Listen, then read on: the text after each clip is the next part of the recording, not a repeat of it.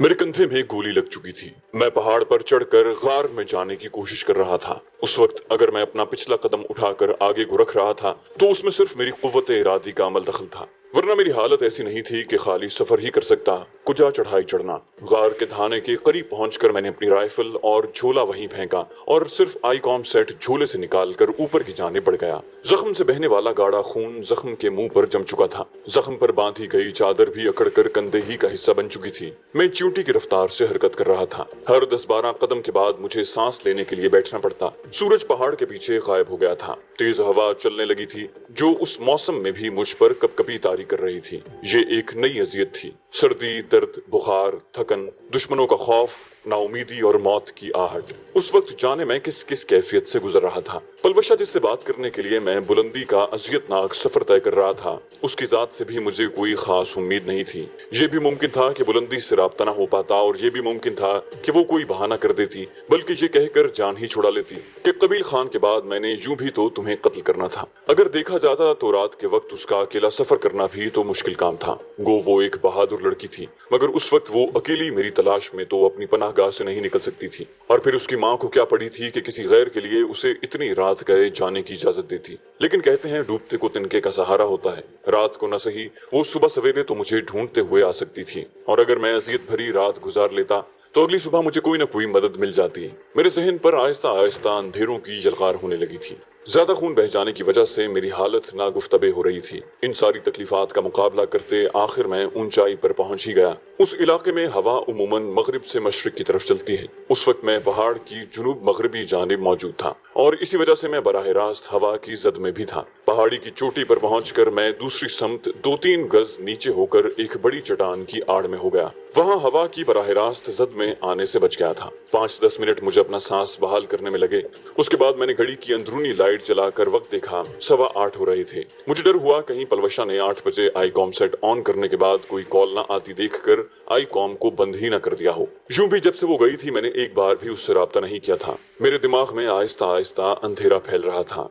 मुझे आंखें खुली रखना मुश्किल हो रहा था, लेकिन मैं किसी न किसी तरह सर झटकते खुद को होश में रखते हुए आई कॉम सेट ऑन करके पलवशा को पुकारने लगा। पलवशा, पलवशा। मैंने बटन प्रेस करके चंद बार पुकारा मगर कोई जवाब ना आया। फकत वायरलेस का अपना शोर सुनाई दे रहा था। मेरी आंखें बंद होने लगी थीं और इसी गुनूदगी में मेरे दिमाग में राजा राजा की आवाजें गूंजने लगी। कोई बहुत दूर से मुझे पुकार रहा था। मेरी पलकें बमुश्किल वाह हुई। वो पलवशा ही की आवाज थी। मैंने बटन प्रेस करके बमुश्किल जवाब दिया, पलवशा। आवाज आई, हाँ राजा, क्या बात है, सब ठीक है? मैंने कहा, मुझे गोली लग गई है। वो बोली, क्या कह रहे हो? उसकी आवाज में तशवीश थी। और तुम इस वक्त कहाँ पर हो? मैंने कहा, मैं इस वक्त उसी गार की मगरबी समत में वाक़े बुलंद चोटी पर मौजूद हूँ जहाँ तुम पहली बार मिली थी। ये कहते ही मेरी आंखें फिर बंद होने लगी। उसने पूछा, कौन सी बुलंद चोटी? उसकी आवाज मुझे कहीं दूर से आती महसूस हुई थी। मैं जैसे खुद कलामी के अंदाज में बड़बड़ा रहा था, कंधे में गोली लगी है, खून बहुत बह गया है। उसके मुसलसल पुकारने पर मैंने दोबारा कोशिश की।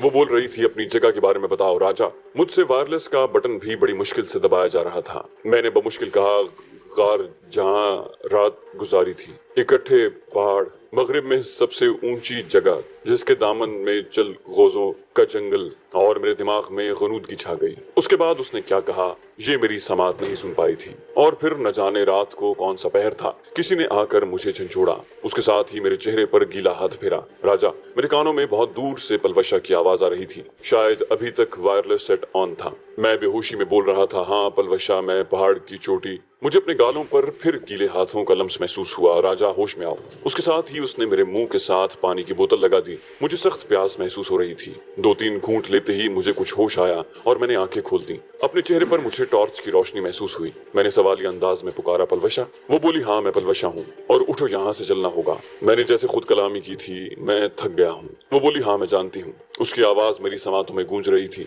वो बोली, मगर ये जगह मुनासिब नहीं है, नीचे गार में जाना होगा।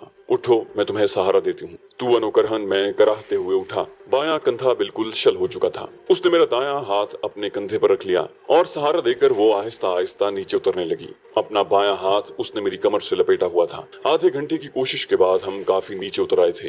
एक छोटी टॉर्च जलाकर उसने दाएं हाथ में पकड़ी हुई थी। हवा तो जैसे हम दोनों को उड़ा रही थी। मजीद 15 मिनट हरकत करने के बाद वो झाड़ियों के झुंड में रास्ता बनाती हुई अंदर दाखिल हुई। उसके साथ ही मुझे टॉर्च की रोशनी में गार का खुला दहाना नजर आया। गया। नीचे झुककर हम अंदर दाखिल हुए। धाने से आगे गार अच्छी खासी ऊंची थी। ये वही गार थी जिसमें मैंने बड़ी बेदर्दी से उसे तशद्दुद का निशाना बनाया था और आज मैं मुकम्मल तौर पर उसके रहमो करम पर था।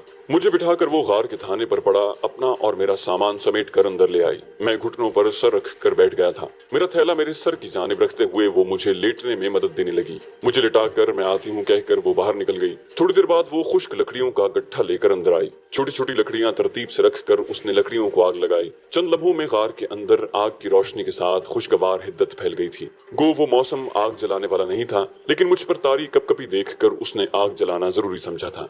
आग जलाकर वो मेरी जानिब मुतवज्जे हुई। गोली बाजू के अंदर है या निकल गई है? मैंने बेबसी से कहा अंदर ही है। वो बोली ये तो अच्छी बात नहीं, बहरहाल तुम्हें थोड़ी तकलीफ बर्दाश्त करना होगी। आम से लहजे में कहते हुए उसने अपना झोला खोलकर बारीक धार का एक खंजर निकाला और एक दरमियानी जिसामत का पत्थर आग के करीब रखकर उस पर वो खंजर इस तरह रखा कि उसकी धार को आग के शोले छूने लगे। उसका इरादा जानते ही मेरे बदन में चूंटियां रेंगने लगी। मैंने थूक निगलते हुए पूछा पहले कभी ये किया है? वो बोली किया नहीं है, देखा तो है और मेरे ख्याल में इतना काफी है। मैं हकलाया मगर देखने और करने में बहुत फर्क है। वो हल्के से मुस्कुराई। अगर तुम्हारे पास कोई दूसरी तजवीज है तो मैं रहने देती हूँ। मैंने कहा नहीं, तजवीज कोई नहीं। वो बोली अगर तजवीज कोई नहीं तो फिर हिम्मत करो। सिर्फ बेबस लड़कियों की पिटाई करना बहादुरी नहीं होती, दर्द और तकलीफ बर्दाश्त करने का हौसला भी एक मर्द में होना चाहिए। उसने बेरहमी से मेरे माजी की ज्यादती को याद दिलाया। मैं फीकी मुस्कुराहट से हंसा। वैसे तुम्हारे लिए अच्छा मौका है, तुम अपने साथ होने वाली ज्यादती का बदला ले सकती हूँ। वो बोली मैं मरे हुए को नहीं मारती, बाकी तुम्हें मैंने कबील खान की हलाकत के बाद कत्ल करने का इरादा किया हुआ है और अपने इरादे के खिलाफ मैं कभी कदम नहीं उठाती। ये कहते ही वो मेरे करीब हुई और मेरे कंधे से बंधी चादर खोलने लगी। उसके चेहरे पर छाए बेपरवाही के तासुरात उसके बुलंद हौसले को जाहिर कर रहे थे। इसमें कोई शक नहीं था कि वो एक बहादुर, दलेर, जुर्रतमंद और बाहौसला लड़की थी। हालांकि उसकी उम्र की लड़कियां तो बमुश्किल गुड़ियों से खेलने से फारिग होती हैं और वो मेरे कंधे से गोली निकालने की तैयारी कर रही थी। चादर खोलकर मेरे जख्म का जायजा लेते हुए उसने अपने झोले से स्टील का बड़ा सा मग निकाला और उसमें पानी भरकर आग पर रख दिया। मैं खाली खाली नजरों से उसकी कार्रवाई देख रहा था। मेरा दिल आने वाले जहाँ गुसल लम्हात का सोच कर धड़क रहा था। वो जो तरीका अपनाकर मेरे कंधे से गोली निकालने वाली थी, उस दर्द को बर्दाश्त करने की हिम्मत मैं अपने अंदर मफकूद पाता था। लेकिन उस वक्त एक लड़की के सामने अपनी बुज़दिली जाहिर करने का हौसला भी मुझ में नहीं था। उसके साथ ये भी मसला था कि उसे मना करने की सूरत में मेरे पास कोई मुतबादिल हल भी मौजूद नहीं था। न तो वहाँ अस्पताल मौजूद था और न कोई डॉक्टर। गोली ज्यादा देर कंधे में रहती तो कंधे को नाकाबिले तलाफी नुकसान पहुंचा सकती थी। खुद को हालात के रहमो करम पर छोड़ने का फैसला करके मैं खामोश पड़ा पलवशा की कार्रवाई देखता रहा। पानी गर्म करके उसने मेरी कमीज कंधे से फाड़ कर जख्म को बिल्कुल नंगा कर दिया। फिर अपने झोले से एक साफ चादर निकाल कर उसमें से एक टुकड़ा फाड़ा और गर्म पानी में वो सिर्फ कपड़ा भिगो कर जख्म का मुंह साफ करने लगी। गर्म पानी के लगते ही जख्म से फिर खून रिसने लगा। उसके साथ ही दर्द में इजाफा हुआ। मैं दांत भींचे खामोश पड़ा रहा। रह रहकर मेरे दिमाग में पलवशा का ताना गूंज रहा था कि सिर्फ बेबस लड़कियों की पिटाई करना बहादुरी नहीं होती, दर्द और तकलीफ बर्दाश्त करने का हौसला भी एक मर्द में होना चाहिए। मेरे अपने ख्याल के मुताबिक मुझ में बर्दाश्त का मादा वाफिर मिकदार में मौजूद था, मगर उस वक्त जो मरहला दरपेश था उसके बारे में सोचकर ही मेरी हिम्मत जवाब देती जा रही थी। अगर कोई तजुर्बाकार शख्स होता तब भी मुझे इतना खौफ न होता, लेकिन वहाँ तो एक ना तजुर्बाकार लड़की थी। मेरे ख्यालात से बेखबर वो इत्मीनान से मेरे जख्म को गर्म पानी से धोती रही। जख्म को अच्छी तरह साफ करने के बाद उसने अपने झोले से एक और बोतल निकाली। उसका ढक्कन खुलते ही मेरी नाक में स्पिरिट की नागवार बू दाखिल हुई। यकीनन वो अपनी जगह से मुकम्मल तैयारी करके चली थी। बोतल का ढक्कन खोलकर वो मेरे जख्म पर स्पिरिट डालने लगी। जख्म में शदीद जलन शुरू हो गई थी। मेरे होंठों से बेख्तियार सिसकी बरामद हुई। थोड़ी सी मजीद स्पिरिट मेरे जख्म पर उंडेल कर उसने बोतल बंद करके एक तरफ रख दी। तैयार हो? उसने आम से लहजे में पूछा। मेरा दिल कर रहा था कि इनकार कर दूं।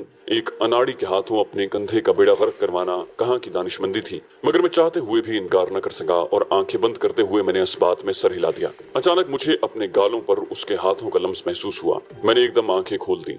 वो टिकटिकी बांधे अपनी बड़ी बड़ी आंखों से मुझे घूर रही थी। आग के भड़कते हुए शोलों की रोशनी में उसका चेहरा अजीब लग रहा था। चंद लम्हे मुझे घूरने के बाद वो नरम लहजे में बोली, घबराना नहीं, दर्जन से ज्यादा मर्तबा ये काम कर चुकी हूँ। इतनी ज्यादा तकलीफ नहीं होने दूंगी तुम्हें, बल्कि कबीर खान की हलाकत के बाद जब तुम्हें कत्ल करूंगी उस वक्त भी डायरेक्ट तुम्हारे दिल में गोली उतार दूंगी ताकि तुम्हारा सांस जल्दी निकले। ये कहते हुए उसके होंठों पर दिल आवेज मुस्कुराहट उभरी। उसकी पहली बात ने मुझे हौसला दिया था। अगर वाकई वो दर्जन भर से ज्यादा मर्तबा ये काम कर चुकी थी तो उसे काफी माहिर होना चाहिए था। साफ कपड़े का एक टुकड़ा सा काट कर उसने गोला सा बनाकर मेरे मुंह में दबा दिया ताकि मैं चीख रोक सकूं।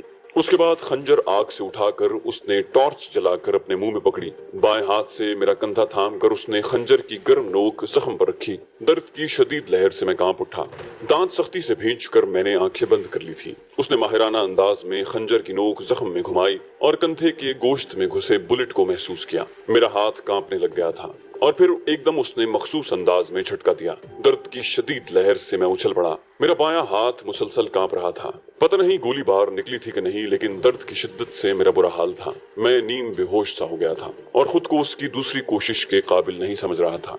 अचानक मुझे अपने गालों पर उसका हाथ महसूस हुआ। बस हो गया, निकल गई गोली बाहर। मैंने गहरा सांस लेकर आंखें खोली। मेरे मुंह से कपड़े का गोला निकाल कर वो हल्के से मुस्कुराए। इतनी सी बात थी, तुम यूं ही घबरा रहे थे। यकीन मानो ये काम किसी बेबस लड़की की पिटाई करने से बहुत ज्यादा आसान है। वाकई उसने बहुत सुरत से और तेजी से ये काम किया था। मिनट से भी कम वक्त में उसने गोली निकाल ली थी। उसकी आखिरी बात सुनकर मेरे होंठों पर फीकी मुस्कुराहट जाहिर हो गई थी। मेरे बिगड़े हुए चेहरे को एतदाल पसीर होते देखकर वो जख्म की तरफ मुतवज्जे हुई। जख्म को एक मर्तबा फिर स्पिरिट से धोकर उसने नर्म कपड़े की चादर से 2-3 लंबी लंबी पट्टियां फाड़ी और अपने झोले से एक मोमी लिफाफा निकालकर, जिसमें कोई सफूफ भरा था, मिट्टी भर सफूफ जख्म पर डालकर उसने एक पट्टी तह करके जख्म पर रखी और फिर उसे पट्टी बांधने लगी। जख्म पर पट्टी बांधकर दूसरी पट्टी मेरे गले में डाली और मेरा हाथ एहतियात से दोहराकर पट्टी से गुजार कर मेरे पेट पर रख दिया। सफूफ से मेरे जख्म में होने वाली जलन कम होने लगी थी। वो दोबारा अपने झोले की तरफ मुतवज्जे हुई। इस मर्तबा उसने झोले से 1.5 लीटर की कोल्ड ड्रिंक वाली बोतल निकाली जो दूध से भरी हुई थी। स्टील के मग में मौजूद पानी गिराकर उसने थोड़ा सा मजीद पानी डालकर मग को साफ किया और उसमें ग्लास के बकदर दूध डालकर गर्म करने लगी। इस दौरान उसने दूध में कुछ शामिल भी किया था, शायद वो हल्दी थी। दूध को हल्का सा गर्म करके वो मेरे करीब आई और मेरी पीठ पीछे बैठकर उसने आहिस्तगी से मुझे सहारा देकर उठाया और मेरे दाएं हाथ में दूध का मग पकड़ाकर वो मुझे पीछे से थाम कर बैठ गई। मैं हल्के हल्के घूंट लेकर दूध पीने लगा।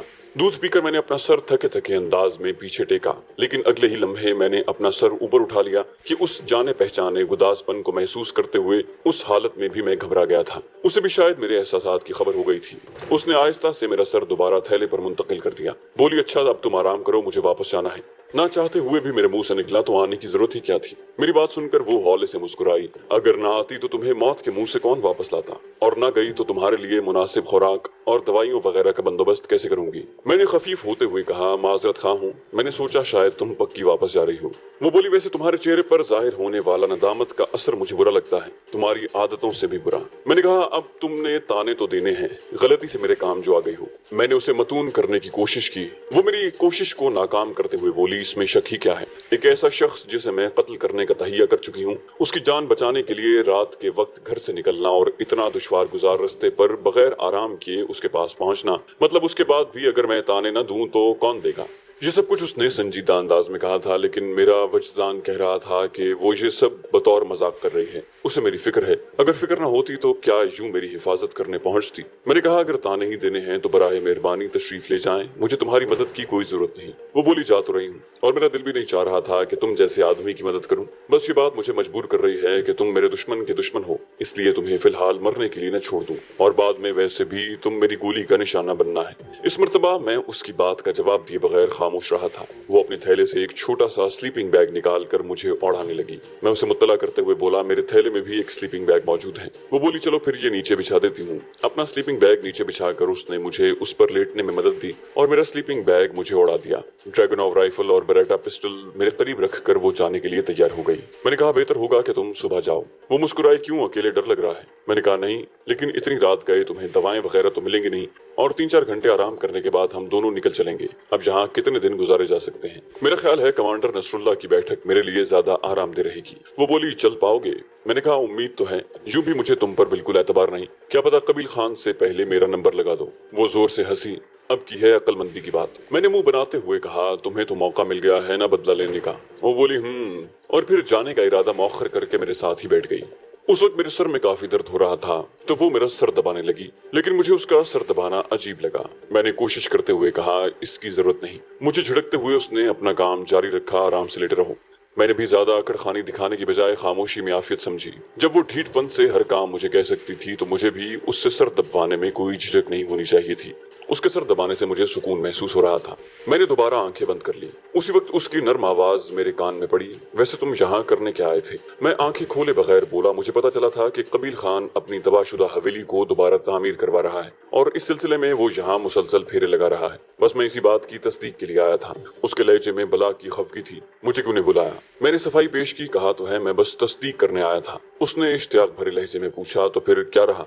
मैंने कहा कुछ मालूम करने से पहले ही मैं उसके एक मुहाफिज की नजरों में आ गया। कमबख्त ने देर लगाए बगैर गोली चला दी। किस्मत अच्छी थी जो कंधे में लगी, वरना गोली सर में लगने की सूरत में शायद तुम्हें मालूम भी ना होता कि तुम्हारा दुश्मन कबील खान के मुहाफिज के हाथों पूरा हो गया। वो बोली, बकवास न करो। मैंने एकदम आंखें खोलकर उसकी आंखों में झांका। वो नजरें चुरा कर आंख के मध्यम पड़ते शोलों को देखने लगी। मैं पूछे बिना रह न पाया, इसमें बकवास की क्या बात है? उसने गड़बड़ाते हुए बात बनाने की कोशिश की, क्योंकि तुम्हें सिर्फ मैं ही कत्ल करूंगी। मैंने मौजू तब्दील करते हुए कहा, अच्छा तुमने ये नहीं बताया कि शादी में रक्स करके कितनी रकम इकट्ठी हुई? वो बिगड़ते हुए बोली, तुम्हें क्या, जितनी रकम भी इकट्ठी हुई है। ना मालूम उसे क्यों मेरी बात पर गुस्सा आ गया था, या शायद वो लम्हा भर पहले वाली बात का रद्द-ए-अमल जाहिर कर रही थी।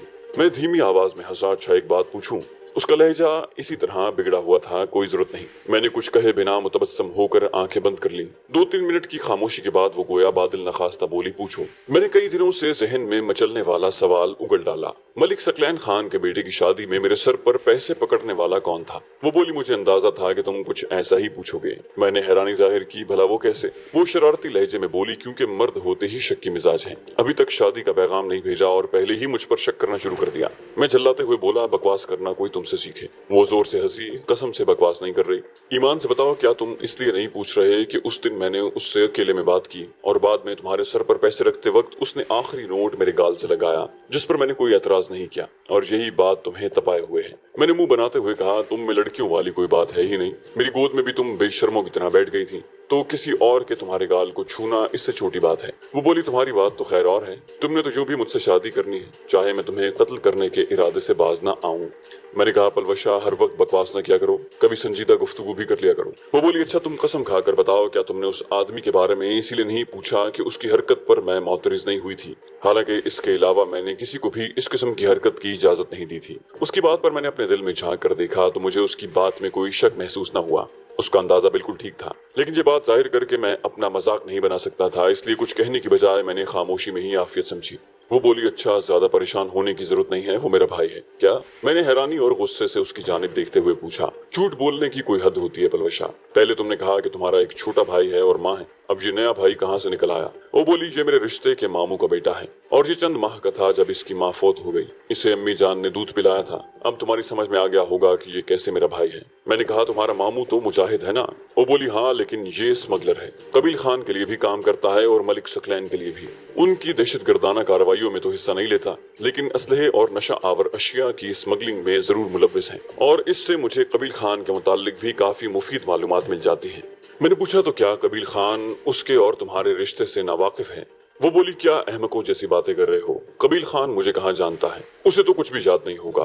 उसकी हवस का शिकार होने वाली मेरी बहन अकेली तो नहीं थी ना? यूं भी अपने तई कबील खान हमारे पूरे खानदान को खत्म कर चुका है, और मेरा ख्याल है सरदार भाई तुम्हें मेरी पूरी कहानी बता चुका होगा। उसे तो सपू गुमाए भी याद नहीं होगी। मैंने पूछा, सपू गुमाए तुम्हारी बहन का नाम है? मुंह से कुछ कहे बिना उसने इस बात में सर हिला दिया। मैंने पूछा, अच्छा उस दिन रोशन खान के पूछने पर क्यों कहा था तुमने कि तुम मुझे गोली मारने पर तैयार हो? वो शरारती लहजे में बोली, अगर तुम्हें कत्ल करने से मेरी जान बच रही थी तो इसमें क्या कबाहत थी? मैंने कहा, सही है। गो मुझे मालूम था कि वो झूठ बोल रही है, उसके बावजूद मैं होंठ भींचते हुए खामोश हो गया। वो अपनी मुस्कुराहट दबाते हुए बोली, मैंने सुना था कि फौजी दिमाग से नहीं दिल से सोचते हैं, और अब देख भी लिया। मैंने कहा, इसमें दिल से सोचने की क्या बात है? वो कहकहा लगाकर हंसी, फौजी साहब मुझे दिल देने की जरूरत नहीं, क्योंकि मैं तुम्हारे साथ माहीन, रोमाना और वो क्या नाम था फिरंगन का। वो सोचते हुए अदाकारी करते हुए एक लम्हे के लिए खामोश हुई और फिर बोली, हाँ हाँ जेनिफर, इन तमाम से ज्यादा बुरा सलूक करूंगी। मैंने चिढ़ते हुए कहा, पलवशा कितनी बार कहा है कि मुझे तुम्हारी फजूल गोई से सख्त किस्म की कोफ्त होती है। वो बोली, मजाक कर रहा था यार, तुम तो महसूस ही कर गए।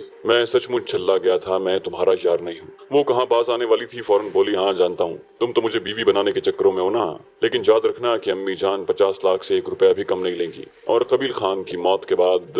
मैंने कहा, बकवास बंद करो पलवशा और जाओ, मैं सुबह खुद आ जाऊंगा। मगर उस ढीठ पर मेरे गुस्से का कोई असर न हुआ। उसने मेरा सर दबाना जारी रखा। उसने एक लम्हे की खामोशी के बाद मौजू तब्दील किया, चाय पियोगे?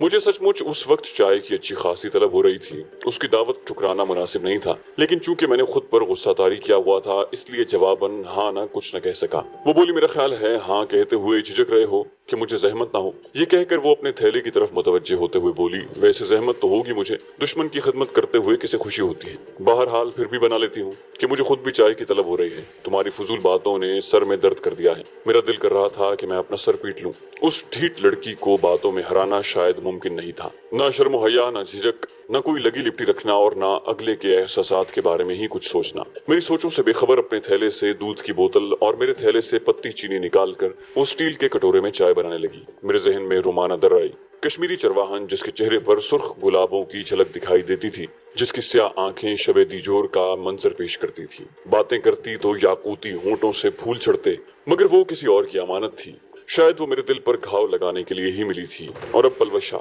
रोमाना को याद करते सामने बैठी पलवशा ने दिल के किसी कोने से सर उभारा।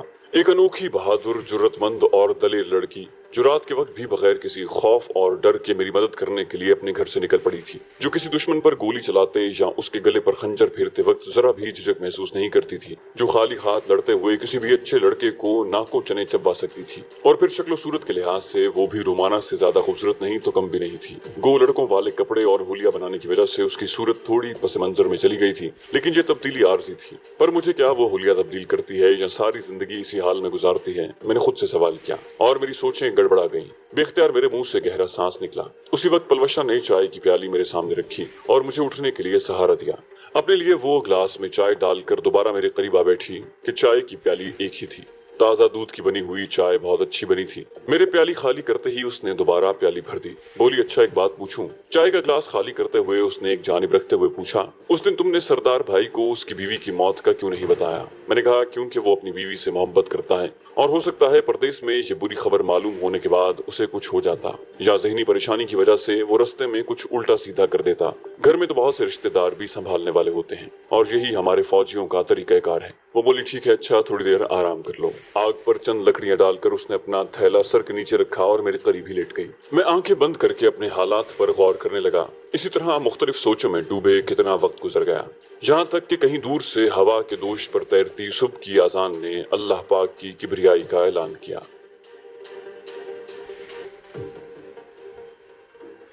चैनल को सब्सक्राइब कीजिए और बेल आइकन पर क्लिक कीजिए ताकि आपको तमाम वीडियोस फौरन मिलती रहें।